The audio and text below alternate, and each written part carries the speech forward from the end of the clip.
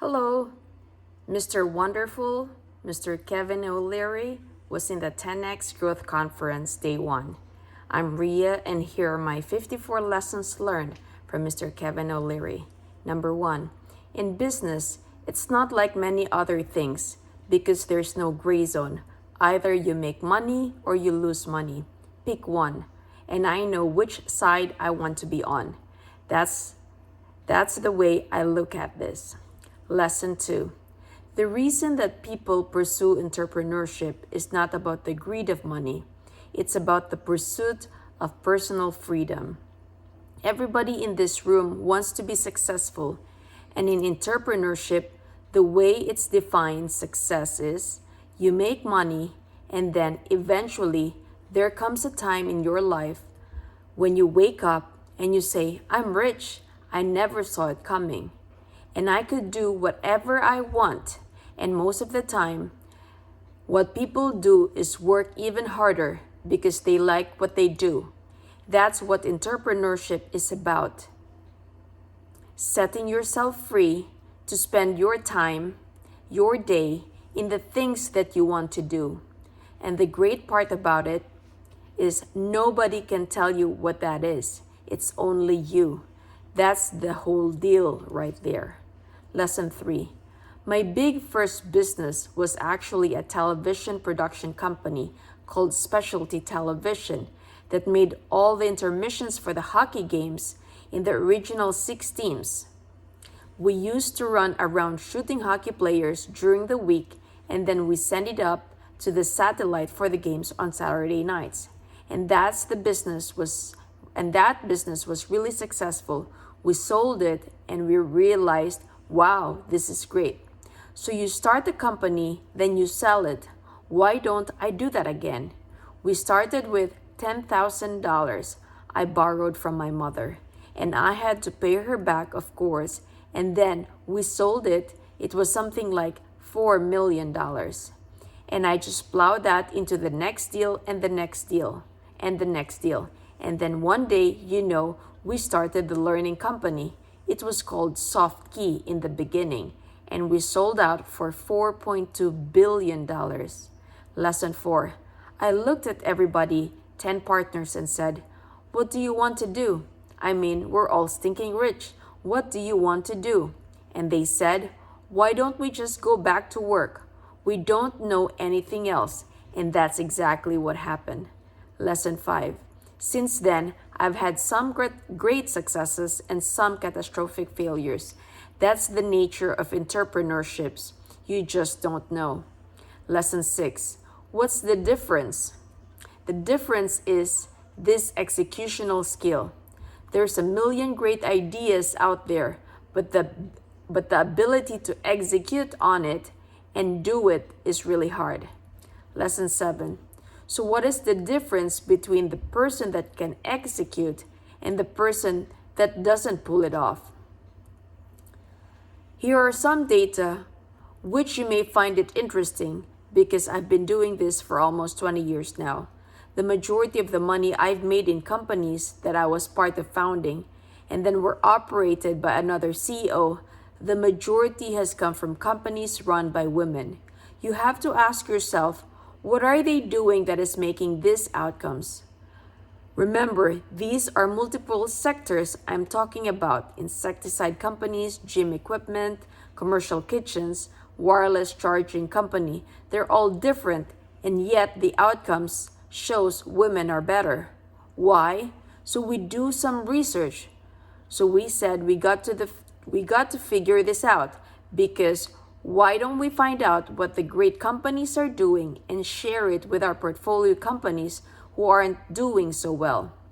And what we discovered was, rather interestingly, if you look at women-run companies, what do they forecast for sales in a quarter?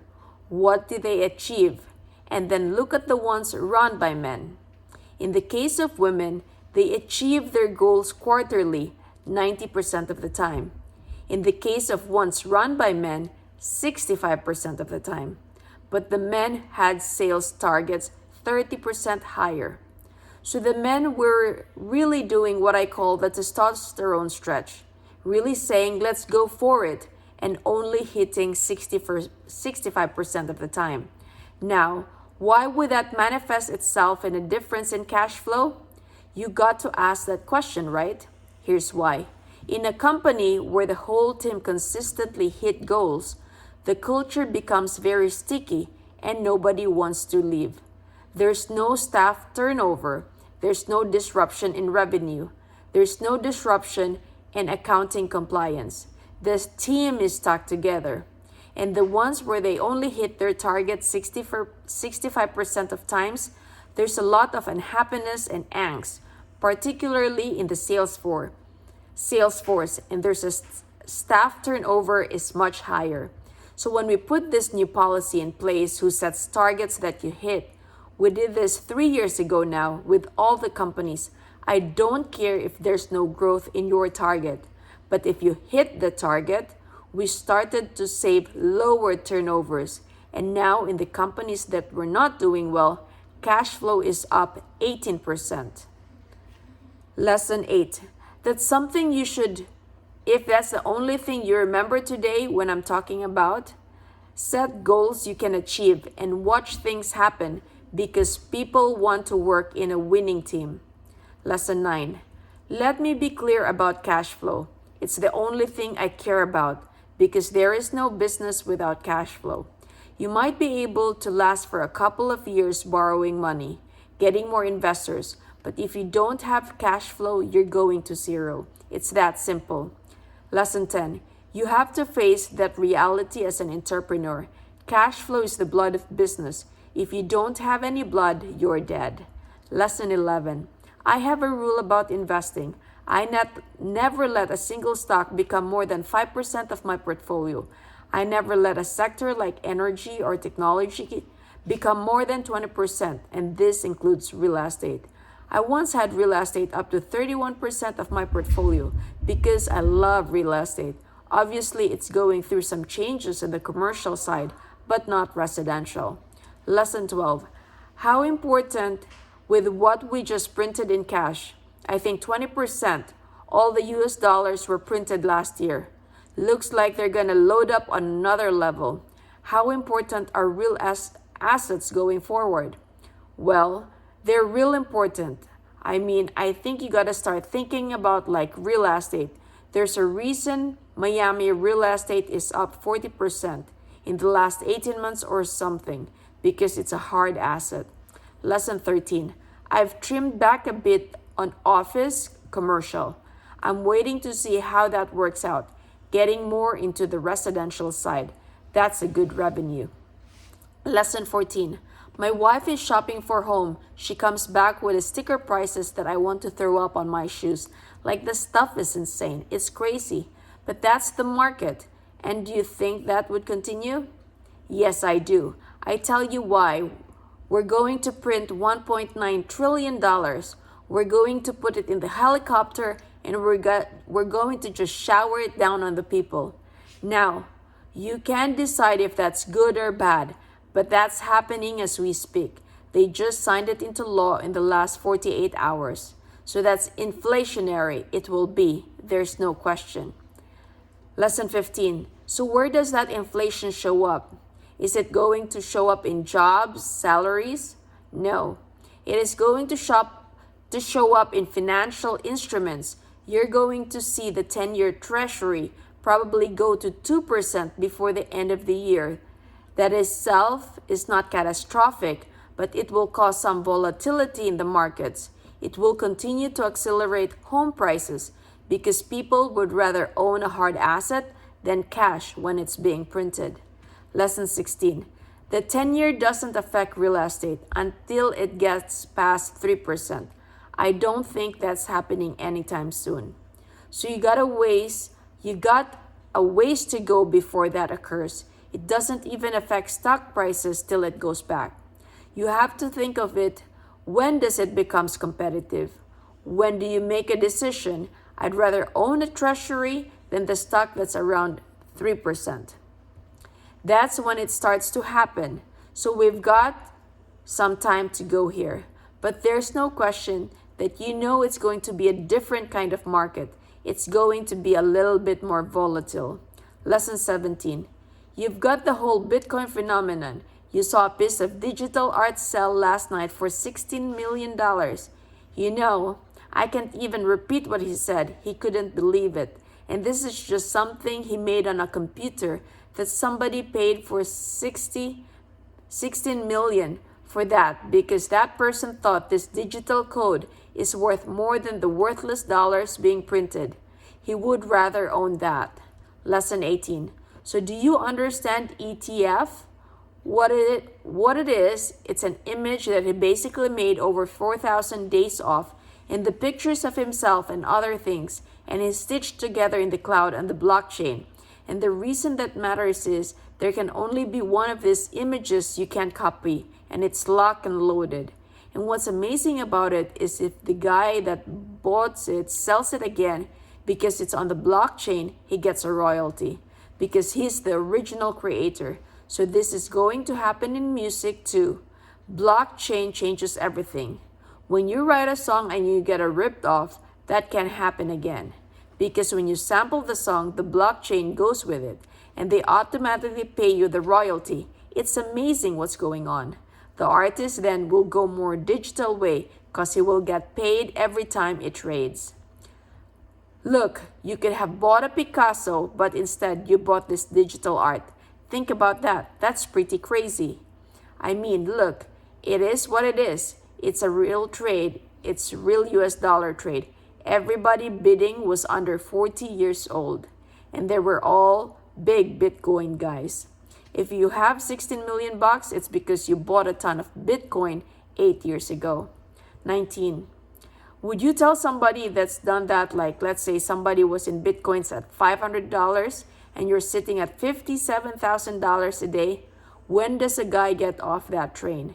Here's the decision you got to make, and this advice served me well, and my mother taught me this. Let me tell you an equivalent story a few years ago. My son, who's an electrical engineer, was interning at Tesla, and I was about to go on to halftime report on CNBC. And Tesla was downgraded that day. Before all the splits, it was trading at $236. And Trevor said to me, "Dad, why don't you own some Tesla?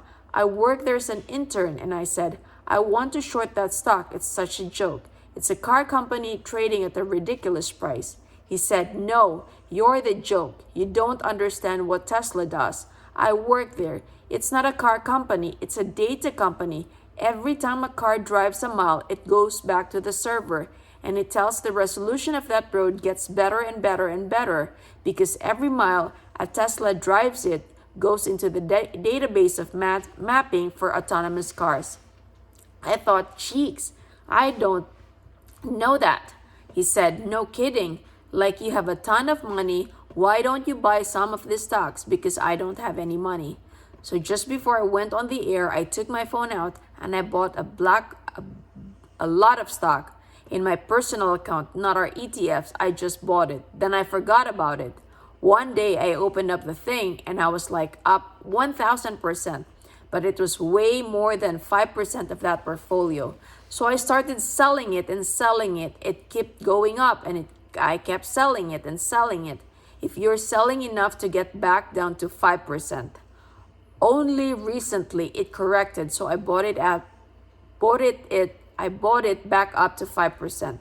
But my cost base is 0. It doesn't matter what happens to Tesla now. I made a ton of money on it. And that's the trick with Bitcoin. You keep it, whatever you decide. I like 5% right now. If it goes past that, I sell it down. My mother taught me this game. She said, "This way you never cry the blues, you always have cash." Lesson 20. You can't go broke if you have cash. Lesson 21. Biggest mistake you've ever made.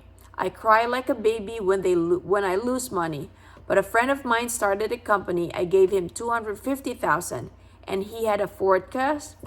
It was a real startup, and said, "I'll do it." I wasn't 100% into it, but he was a friend of mine. So mistake number 1. Mistake number 2 was 60 days later, he came back and said, "Look, I need another $500,000 to make this work." And my gut told me right there Don't do this. Do not do this. It doesn't feel right. Maybe you have some stress with your friend, but 500,000 is a lot of money. Anyways, I didn't listen to my intuition. I gave him 500,000. He went to zero 90 days later. That's 750,000. Please, a moment of silence for the money. But I killed it. I killed that money. I killed it.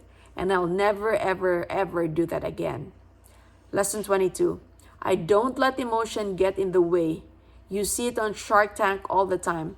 I don't care about your feelings. I care about your money. You know, if you're gonna cry, you think I'm bad. We live in a real world. Wait till you see the real world gets a hold of you and rip you into pieces. I mean, that's the way I look at it. Lesson 23rd. What would be the best advice when somebody comes on Shark Tank? I'll give you some good advice on this one. First of all, I'm going to tell you something really strange that has happened to me. I've been doing this for 15 years. When they come out and they have that moment where they're sitting on the carpet, I'm right in front of them, like they're right in front of me. And they can't say anything because there's a guy with a steady cam, which is a camera that goes around them. And that's the opening shot. And that takes about 2 minutes. And you don't see me any more than 10 seconds of it. But they can't say anything, and the floor directors would say, don't say anything, don't move. And the guy with a steady cam goes around, and they're just nervous as hell. And I'm right in front of them, so I just look at them. And I just look at them. I swear to you, I can tell right there without hearing any about their product, just looking him into the eye, the way they look back for those 2 minutes, I can tell whether they're a winner or a loser, just the aura. What do you see? I see the confidence in their eyes, the ability to take the hit, to be in that stressful environment, 26 cameras and all those lights, these entrepreneurs, sharks looking at them. Lesson 24. And not to just fold like a leaf, falling off like a tree, like almost pushback vibe, and that is the presence you need as an entrepreneur. Lesson 25. You need to project. I'm here to kick ass. I don't care what you ask me. I have an answer for it, and I'm ready to do business with you. Lesson 26. This is something you should almost practice in front of the mirror. You have to have an aura of confidence. An aura of confidence. Lesson 27. And remember, even if you're in doubt, you must project you're not. I am confident. I am ready. Whatever hits me, I'm here for it. That's what I see in the winner. Lesson 28. Do you think that the seller in this case, because they're selling, should have a specific target or be open to all 5 players?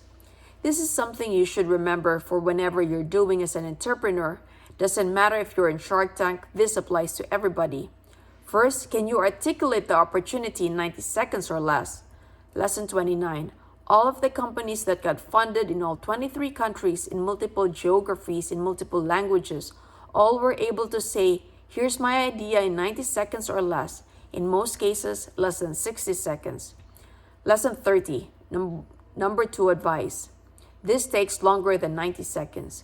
What is it about you that married to this great idea can execute?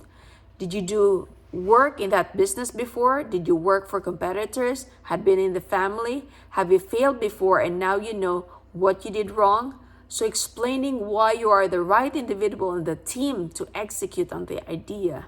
Now when those two come together, you can sit in the unedited tape that all of the sharks in every country sit up and they go, you know, I have a great idea and I have executional skills, so my risk is mitigated.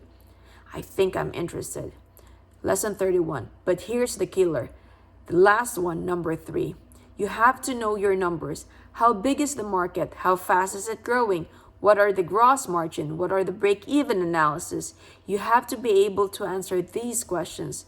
If you don't know your numbers, I will personally put you in hell myself because you deserve to burn in hell. Because you've made it. You've made it past 50,000 applications. Maybe 300 get considered, only 220 taped, and 180 aired.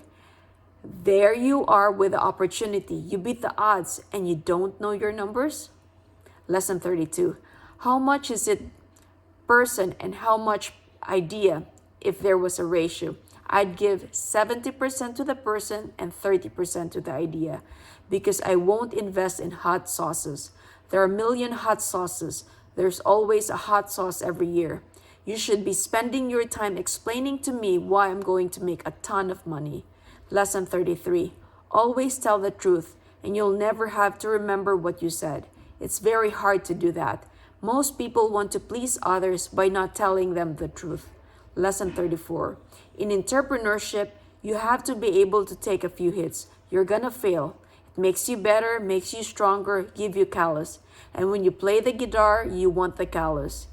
And you want to get that, You need that in business too. Lesson 35. And once you're an entrepreneur and you're infected with the bug, you want to stay an entrepreneur, and it doesn't matter if you fail a couple of times. Lesson 36. I would rather invest in someone that's felt the sting of failure. Lesson 37. When you form a relationship with a significant other in your life, it's very hard to put it up this way because it's so euphoric when you fall in love. But actually, you're starting a business. It's what you're doing, and you're starting that business to mitigate your risk for the rest of your life because you're going to build a family. The number one reason that people divorce has nothing to do with infidelity. Most marriages can survive infidelity.